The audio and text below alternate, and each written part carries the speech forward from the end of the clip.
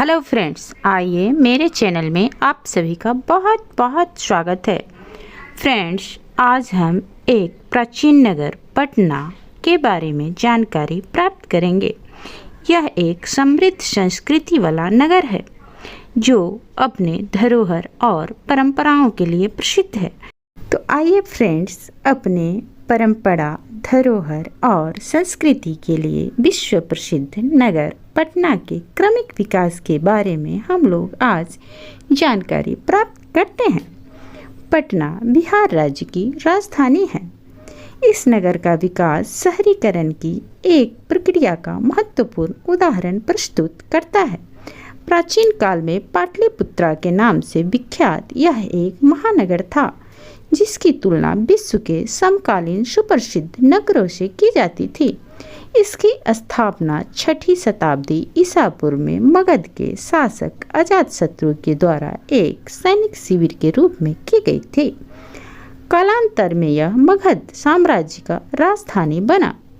मौर्य शासन काल के कंधार से कर्नाटक तक विस्तृत साम्राज्य की राजधानी इसी पाटलिपुत्रा नगर में स्थित थी। मौर्यकालीन राजप्रसाद के अवशेष दक्षिण पटना में स्थित कुम्हरार से प्राप्त हुए हैं। इस नगर की आबादी उस समय लगभग 4 लाख थी। इस नगर के प्रशासन और जीवन के अनेक पहलुओं की विस्तृत चर्चा मेगास्थनीज की रचना इंडिका में उपलब्ध है। यह व्यक्ति चंद्रगुप्त के दरबार में दूत के रूप में आया था। गुप्त काल में भी इस नगर का गौरव बना रहा। इसके विशाल भवनों का वैभव और सौंदर्य की चर्चा चीनी यात्री फाहियान द्वारा भी की गई थी। प्राचीन काल में यह नगर शिल्प, कला, व्यापार, शिक्षा और सांस्कृतिक गतिविधियों का प्रमुख केंद्र था, परंतु यह नगर पूर्व मध्य काल में पतनशील अवस्था में आ गया। मध्य युग में इस नगर के गौरव को सुप्रसिद्ध अफगान शासक शेरशाह सूरी ने पुनर्स्थापित किया।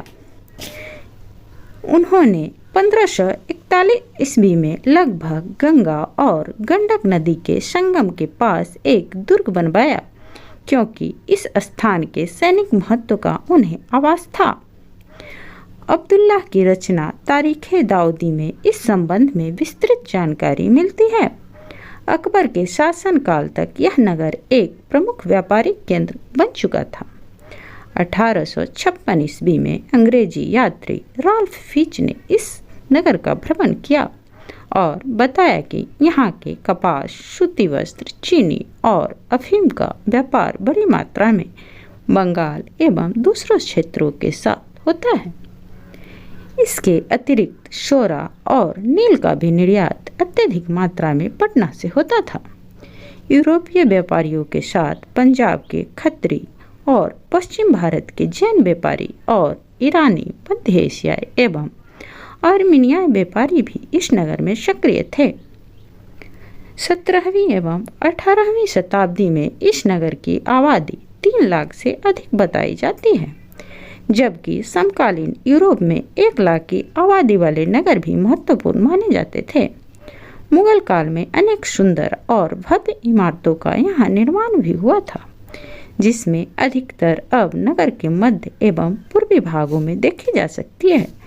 इस नगर में 1666 ईस्वी में सिखों के 10वें और अंतिम गुरु श्री गोविंद सिंह जी का जन्म हुआ, जिस कारण यह नगर एक महत्वपूर्ण धार्मिक स्थल के रूप में भी माना जाता है। 18वीं शताब्दी के प्रारंभ में मुगल राजकुमार अजीम मुसान ने इस नगर का नव निर्माण कराया और इसे अजीमाबाद नाम रख दिया। उस समय इस नगर के पुनर्निर्माण पर लगभग 1 करोड़ रुपयों का व्यय हुआ। तब यह नगर भारत के प्रमुख सांस्कृतिक केंद्रों में अग्रगण्य था। 18वीं शताब्दी के उत्तरार्ध में पूर्वी भारत में ब्रिटिश सत्ता स्थापना के साथ आधुनिक पटना नगर के विकास का क्रम प्रारंभ हुआ। अजीमाबाद क्षेत्र से कुछ पश्चिम में अंग्रेजों का अफीम गोदाम पहले से ही स्थित था। यहाँ से लगभग 5 मील की दूरी पर अनाज भंडारण के लिए एक गोदाम का निर्माण 1786 ईस्वी में किया गया, जो आज गोलघर के नाम से प्रसिद्ध है। इसी दोनों के बीच में पटना के आधुनिक नगर का विकास प्रारंभ हुआ। पटना नगर के प्रशासन की व्यवस्था भी क्रमिक ढंग से विकसित हुई और 1769 ईस्वी में बिहार का क्षेत्र में शासन के देखरेख के लिए एक अंग्रेज निरीक्षक की भी नियुक्ति की गई, जबकि 1774 ईस्वी में रेगुलेटिंग एक्ट के अंतर्गत बिहार के प्रशासन के लिए कई व्यवस्था लागू की गई। इसमें पटना के नगर की केंद्रीय स्थिति बनी रही। 1911 ईस्वी में दिल्ली दरबार में बिहार को पृथक राज्य का रूप दिया गया।